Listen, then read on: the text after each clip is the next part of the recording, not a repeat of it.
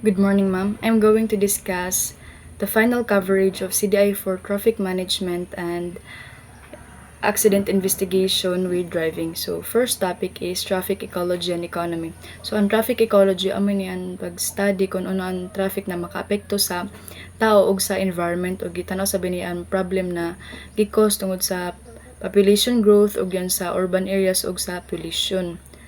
Example ini siya kay kun an isa ka syudad is damuin na kuan sakyanan amo yun an air niya is polluted na og sabain na siya kay tungod sa damo na sakyanan ug an makaapekto sa binian quality of life nan mga tao. So environmental effects of traffic development. So first is an noise. Tulang ko kay na tungod sa kadamo na sakyanan is sabain na siya kay mga dagko na sakyanan yun mga busina niya amo yun sabain na siya. So, second is an air pollution. Kay ito lang sab kay na tungod sa kadamo na sakyanan ang bugas sa ila tambutso is makakuan yan san makakosa na an air is polluted. So, ang traffic economics. So, ang traffic economics, amo niya mag-study kung ano ang traffic na makaapekto sa ekonomiya or ng business or ng movements of goods ng isa ka business. So kung ang traffic is heavy, ang mga deliveries is ma-delayed, ang mga trabahante is ma-late sila trabaho ug dako nakawalan yon sila sa ila business or yon sa kuan sab sa mga trabahante. So kung ang traffic is smooth, yun ang business na makamove sila ng nila supplies na dali da makamove ang nila supplies o dada nila ma-deliver o ma-increase ang nila productivity. So next is ang traffic accident. So ang traffic accident mo in event sa karsada na mag-lead sa injury, sa kamatayon or sa pag-damage sa isa ka property without intent na hitabo. So among elements of a traffic accident. So first is no intent. So mahitabo ini siya unintentionally or wala sa gituyo na mahitabo yung aksidente da siya.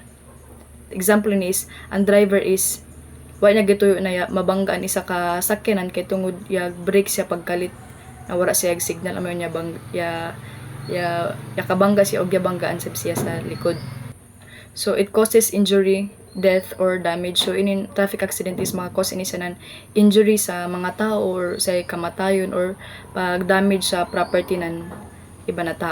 Kinds of traffic accident. So first is non-motor vehicle traffic accident. So amo ni mga aksidente na ka-involve ang tao na aksidente sa isa ka karsada pero wala involved na motor vehicle or ini na sakyanan ang tao da kibala niya aksidente sa karsada. Kadua is motor vehicle ng traffic accident. So may accident na ga-involve na ini sa non-motor vehicle pero dili siya sa public road or dili siya sa highway.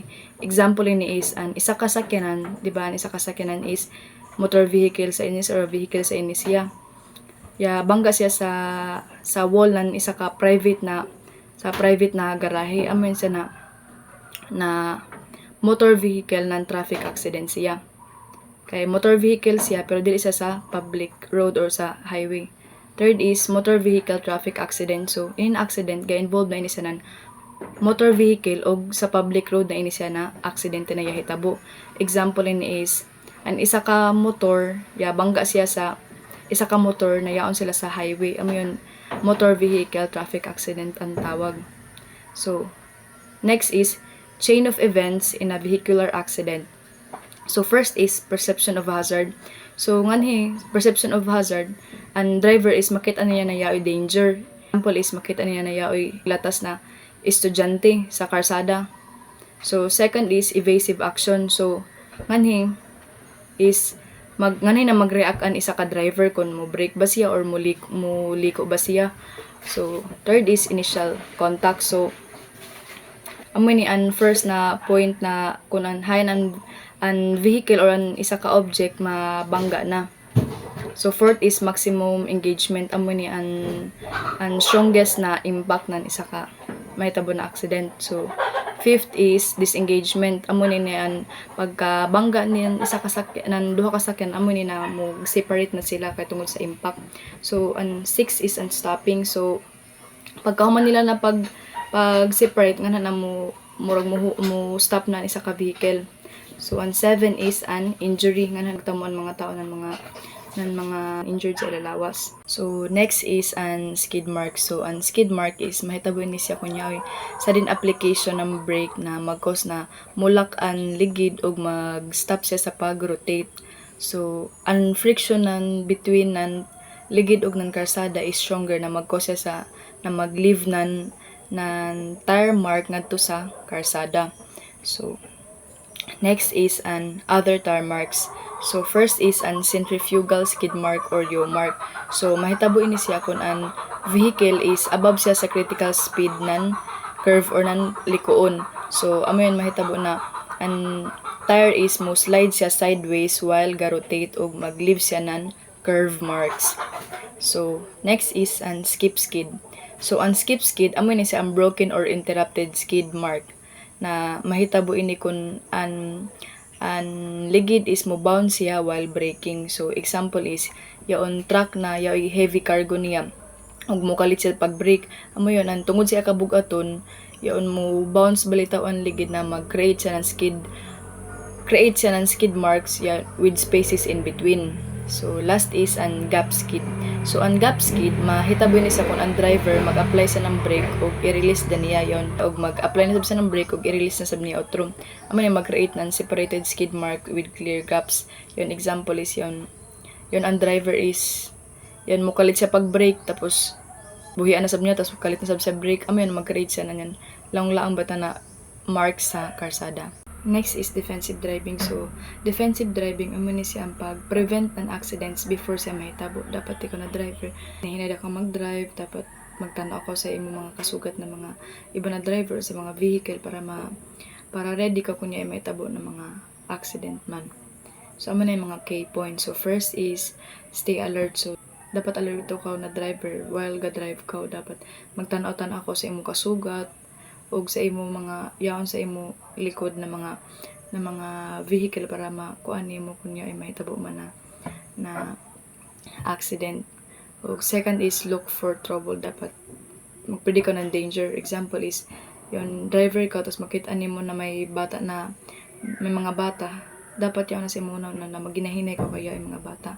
Next is ang blow baggage checklist.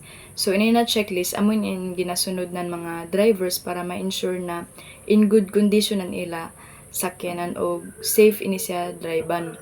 So first is an battery. So ang sakyanan is dili siya mo start kun low bat anya battery nam kinahanglan siya i-check. So next is an lights. So kinahanglan sa i-check anya lights kay para sa visibility labi na yon sa gabi para hayag niya kuan niya karsada makita niya kung may mga kasugat ba or ano. So third is an oil. So amo niya mag-lubricate sa engine, kinahanglan ini sab siya i-check para smooth ang daganan iya sakyanan. So fourth is an water. So kinahanglan nimo i-check ang water nan sakyanan para ma-prevent ang pag-overheat nan engine. Dapat gina-check gid yan ng mga drivers. So an ika-lima is an brake. So ma-lower nimo chance sa pag meet nan ko an accident kung ma-ensure nimo na an imo brake is properly working. So dapat kinahanglan yun gina-check. So 6 is an air or an tire pressure. So kinahanglan nimo i-check an nimo ligid para siguro nimo na okay siya padaganon. So 7 is an gas. So ikaw na driver dapat i-check nimo kung may gasolina pa ba nimo sakyanan or what na kay basing gamay da kan na yaon ko sa layo na lugar tapos wala nga to gasolinahan. Kinahanglan gid yan i-check. So an 8 is an engine. So imo yung pamatian kun yaoy unusual na sound nan imo engine para may bawaan kun yaoy problema or wala kay kun yaon imo din ipa dayaw. So 9 is an ligid. So i-check nimo kung may damage ang ligid, kung buslot na ba ang ligid, kung may lansang ba. So and last is an imo kaugalingon or ikaw na driver dapat imo na ay siguruduhon na wala imo sakit, na okay ka in good condition ka na mag-drive kay para para smooth an imo pagbiyahe og waray accident na mahitabo sa karsada. So factors that affects driving. So first is attitude. So attitude, it is how a person thinks and feels. So ikaw na defensive driver, dapat kalmada ka o responsable ka, labi na mag-drive ka o para ma-secure nimo ang safety ni imong kaugalingon ug ang safety ni imong pamilya ug kung may mo ba ang pasahero. So example is kunya oy mga aggressive na driver, dili ka dapat makig-compete sa ila, dapat kalmada ka o para ma-prevent an future accident. So next is an behavior. So ang behavior amo na action or reaction ng driver towards the other sa sa karsada. Example is yung dapat magamit ka ng mga signals or mga signal lights or maghinahinay ka kung yaon ka dapit sa pedestrian or musunod ka sa mga traffic rules. So factors that negatively affect driver's behavior or driver behavior. So first is an alcohol. So an alcohol makareduce ini sa ng reaction time or ng judgment ng isa ka tao kay example is kung ang driver is hubog, dili sila makadali-dali makakita ng pedestrian or yan kunya man mulatasin ng mga tao kay tungod lipong sila or dili sila focus sa pag-drive kay tungod hubog sila. So next is ang drugs. So sa paggamit ng drugs is dili ka dali makahuna-huna ko niya ay aksidente man na mahitabo kay kuan ka yaon nakagamit ka ng drugs. So last is an fatigue. So amo ni an extreme tiredness nan lawas or nan hunahuna nan isa ka driver ni isa ka tao na ga drive. So makaapekto ini an pag-drive nan isa ka driver. Kay example kapoy siya, kung kapoy ka katurugon sa ugad na, kung makaturog ka while ga drive ka, yagid possibility na madisgrasya ka. Muna ko ano nimo kaugalingon kung kaya ba nimo mag-drive or labi na sa mga long distance or dili. That's all. Thank you.